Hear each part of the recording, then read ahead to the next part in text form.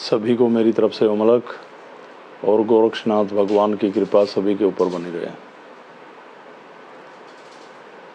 जैसे हमारे पास लोग आते हैं, दरबार लगता है, तरह तरह की समस्याएं लेकर आते हैं, तो यहाँ पर जो रास्ता है सही नेक कर्म करने का, ध्यान का, हवन यज्ञ का एक हम रास्ता लोगों को बताते हैं, जिससे हमारे जीवन संवर सकें, हमारी ज्ञान इंद्रियां ठीक ढंग से काम करने लगें,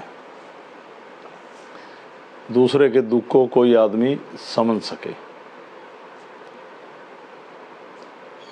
पर लोग आते हैं, कहते हैं जी अब तो मुझे काफ़ी दिन हो गए, वहाँ गए थे, उसने ये रखवा दिया था, आराम पड़ गया। हम वहाँ पे जाके वो परिक्रमा करके आए, वो आराम पड़ा, उसने ये चढ़वा दिया था, आराम पड़ा। और हम शारीरिक सुखों की ओर दौड़ रहे हैं, पर परमात्मा ने हमें हमेशा अच्छे कर्म करने के लिए प्रेरित किया। ये जो हमारा शरीर है यही तो चाहता है हमारे घर को, हमारे बच्चों को, इस देश को, इस शहर को मैं यहाँ जन्मा ये करूँ, पर आत्मा से इससे किसी का कोई मतलब नहीं। आत्मा चाहती है मैं जहाँ से आई मैं उसकी शरण में लीन रहूँ,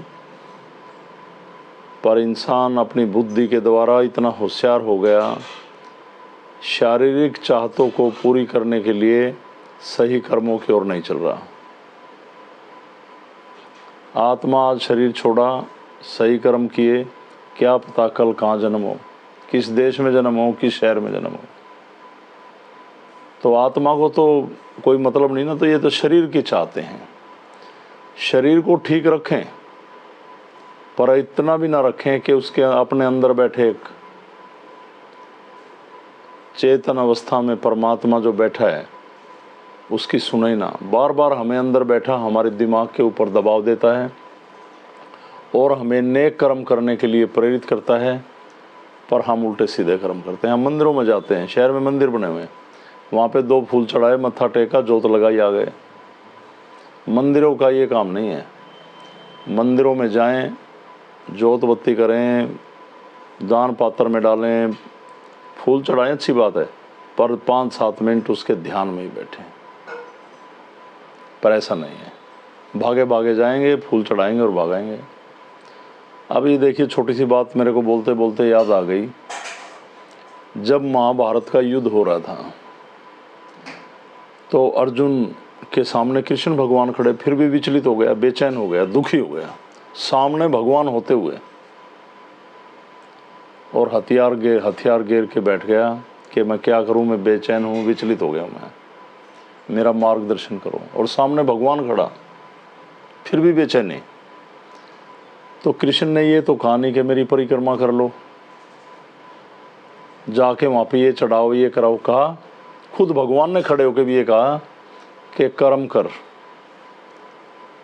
और जो हमारी ये भागवत है, इसका जो हम कह रहे हैं कि भागवत सनातन की धरोहर है, उसमें पूरा सही कर्म करने के लिए ही परमात्मा ने हमें प्रेरित किया। तो भगवान ने, अब ये अनुष्ठान हो रहे हैं जो ये परमात्मा ने नहीं करवाए, ये लोगों ने अपने बुद्धि और दिमाग के लिए ऐसे ऐसे कर दिया। कुछ साइको पेशेंट है, उनको कह देना जाओ वहाँ पे ये करा तो आराम पड़ जाएगा, तो वो कुदरती अपने दिमाग से अपने आप ठीक होने लग जाता है। ऐसी ऐसी बातें। आप अपनी विल पावर को ठीक रखें, अपनी ज्ञान इंद्रियों को ठीक रखें, अपनी बुद्धि में अच्छे विचार रखें। और जो कहा कृष्ण जी ने अर्जुन को कि नेक कर्म करो, सारे रास्ते खुल जाएंगे। तो नेक करें, ध्यान करें, यज्ञ करें, हवन करें। और मैं फिर उसी बात पे आता हूँ, परमात्मा की शक्ति पाकर लोगों का जन कल्याण करें। तो कर्म सबसे विशेष है, कर्म से परमात्मा के सारे द्वार खुलते हैं।